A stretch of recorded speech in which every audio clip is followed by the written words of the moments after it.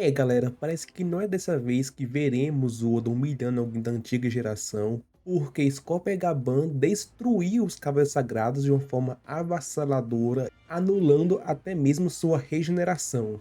Mas fala, galera, aqui para falar do capítulo 1148 de One Piece, um capítulo simplesmente incrível, teve um momento de hype, momento B10, momento emocionante também.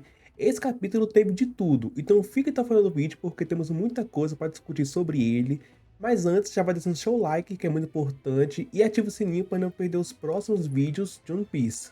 Falando aqui brevemente sobre a história de capa da Yamato, a gente vê tanto a Yamato como a Uchi e o Pejuan se despedindo da galera de Udon, porque já resolveram toda a treta com o Ruzu e as geishas desaparecidas, agora eles vão seguir o seu rumo. E aquilo, achei bem legal essa partidinha do Ruzu, a volta da Uchi, do Pejuan, e se unindo a Yamato também, meio que começando essa jornada da Yamato como um novo Oden, com ela até mesmo tendo seus próprios bainhas vermelhas. Mas já deu, essa capa aqui já tá muito longa, mas ao que parece não tá tão cedo assim para acabar. Mas o capítulo começa de fato com uma das crianças, chamada Aronia, ela andando até um precipício porque o Somers ele já quer começar as ameaças por Jaru, porque se ele não queimar tanto a escola como a biblioteca, cada criança vai morrer uma por uma, então ele já começa ameaçando a Arônia. E algo que eu achei bem interessante nesse capítulo foi a dualidade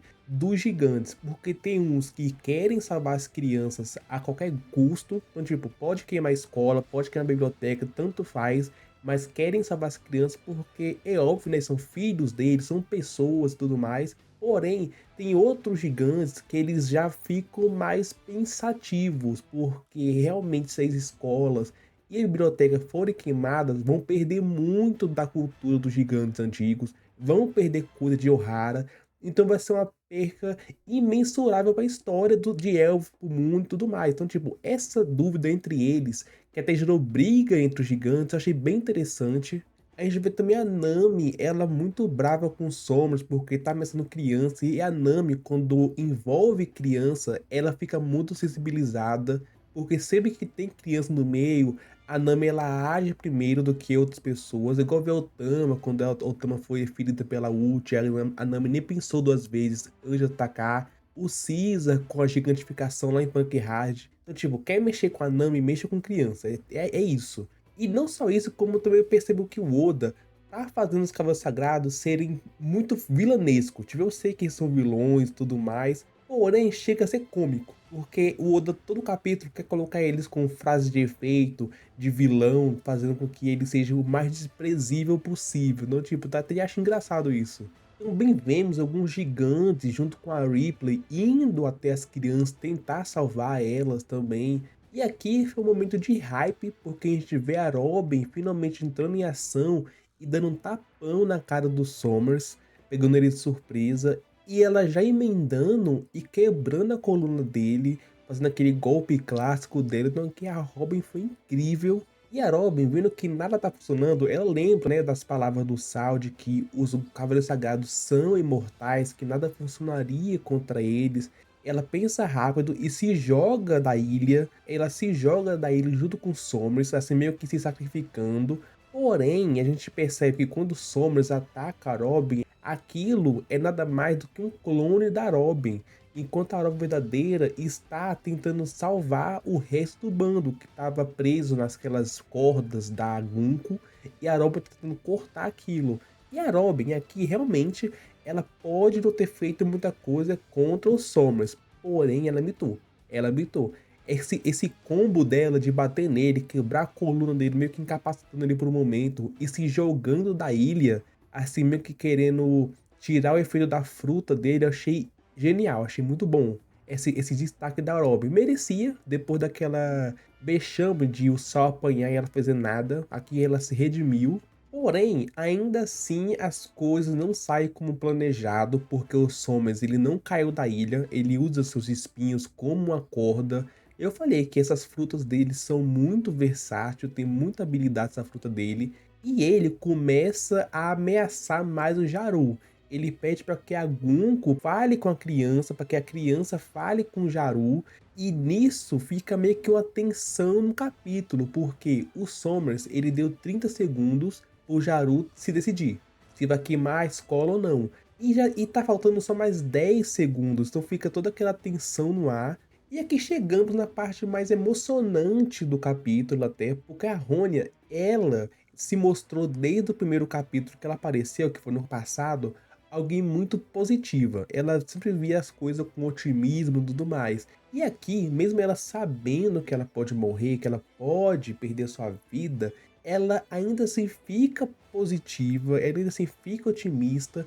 E ela fala pro Jaru para ele não aceitar as condições do Somers, porque a escola, a biblioteca são lugares importantes. Ela sabe que se aquilo for destruído, vai ser uma perca imensurável para todo mundo, para o mundo, para Elba, para tudo. A história não pode ser perdida. Então ela aceita se sacrificar para que a escola, para que essa cultura siga em frente. E aqui todo mundo fica emocionado, a gente vê a cara da Nami, que ela vê o peso nas falas da criança e tudo mais. O Jaru também, ele cai, ele não sabe o que fazer. E aquilo, é que o Oda mandou muito, porque a gente conhecia essa garota, ok, um capítulo, e a gente vê ela se sacrificando, querendo se sacrificar no caso, para meio que proteger a cultura. Uma criança fazer isso realmente é algo bem legal, tipo, realmente emociona. Mas é aquilo, o Jaru, então, ele aceita as condições dos Somers, ele pede para que os professores queimem a escola e a biblioteca. A Robin, a Anja, o Sal ficam tristes porque vai ser a repetição de Ohara, né, com a história sendo perdida, a história sendo destruída. E aqui, a Robin, com seu descuido após ver que a escola vai ser destruída, ela é capturada pelos Somers. Os Somers conseguem retornar e capturar a Robin. E quando o Somers ia dar o golpe final nela, o homem, Scopper Gaban, aparece, corta a mão do Somers, que não regenera, detalhe que não regenera, e ele vai rapidamente atacar o peito de Somers, assim acabando o capítulo. E rapaz, aqui temos duas coisas bem interessantes para se debater sobre essa parte final do Somers com o Scopegaban. O primeiro é o fato do Scopegaban e do Somers se conhecerem. Aqui a gente viu que o Scopegaban lembra do Somers e vice-versa. E aqui a gente vê que realmente o Somers está muito surpresa ao ver o Scopegaban, ele até tranca o cu quando vê o Scopegaban avançando até ele. Então ele tem história os dois. E esse encontro deve ter acontecido em God Valley, coisa essa que eu tô muito ansioso para que o Oda mostre mais. E talvez com esse com essa suposta relação entre os dois, pode dar indício que teremos God Valley em Elbaf. Talvez algum momento de calmaria, quando o Scopegaban estiver com o bando todo reunido, ele comente sobre os Cavaleiros Sagrados e fale um pouco da sua experiência contra eles lá em God Valley. E a gente vê a perspectiva do bando do Roger em God Valley, porque a gente já viu a do Kuma, o que aconteceu quando o Kuma estava lá. Agora a gente pode ver outro ponto de vista através do Scopegaban, ver coisas sobre os Cavaleiros Sagrados. Ia ser interessante. Já o segundo fato bem interessante que movimentou muito a fandom é se o Scopegaban usou ou não o Hack no Rei no Somers, contra o Somers. Independente dessa pergunta, irá abrir muita margem de erro pro passado do Oda. Porque realmente, se for o Hack do Rei que anula o efeito de regeneração dos Cavaleiros Sagrados, a imortalidade deles, se for o Hack do Rei avançado, a gente pensa, por que o Luffy não usou contra os Goroseis lá em Egghead? Por que? Não faz sentido. Porque o Luffy lutou muito tempo contra eles, falou que nada funcionaria, correu deles porque ele viu que nada funciona, e ele não pensou em usar Hack do Rei, tipo, não faz sentido. Então eu acho que talvez não seja Hack do Rei, porque se for realmente dar um furo de roteiro aqui para Egghead, eu não quero que o Oda tenha esse deslize para ele. Claro, o Oda pode falar que aquilo é meio que um estágio mais avançado do Hack do Rei avançado. Tipo, pode ser um Hack do Rei avançado mais forte. Ou então um novo tipo de hack, porém vai virar bagunça. Se for mais algum tipo de hack novo, vai virar bagunça. Eu não quero que seja isso. Eu quero que seja algo simples, porém que faça sentido. Não precisa ser tão complexo assim. Mas é aquilo, esse capítulo meio que comprovou o hack do rei dos Coppergaban, e comprovando isso, meio que abre margem pro Sanji ter hack do rei também, porque os dois, né, são paralelos um do outro. O Coppergaban é paralelo do Sanji, enquanto o Rayleigh é paralelo do Zoro e por aí vai. Então o Sanji pode sim acabar tendo o hack do rei, porque ele precisa, caso o hack do rei for a chave para ferir os Goroseis e os Cabeças Sagrados, o Sanji vai precisar disso para lutar no futuro. Então talvez Elbaf seja um arco que ele meio que desperte, ia ser interessante, ser muito bom.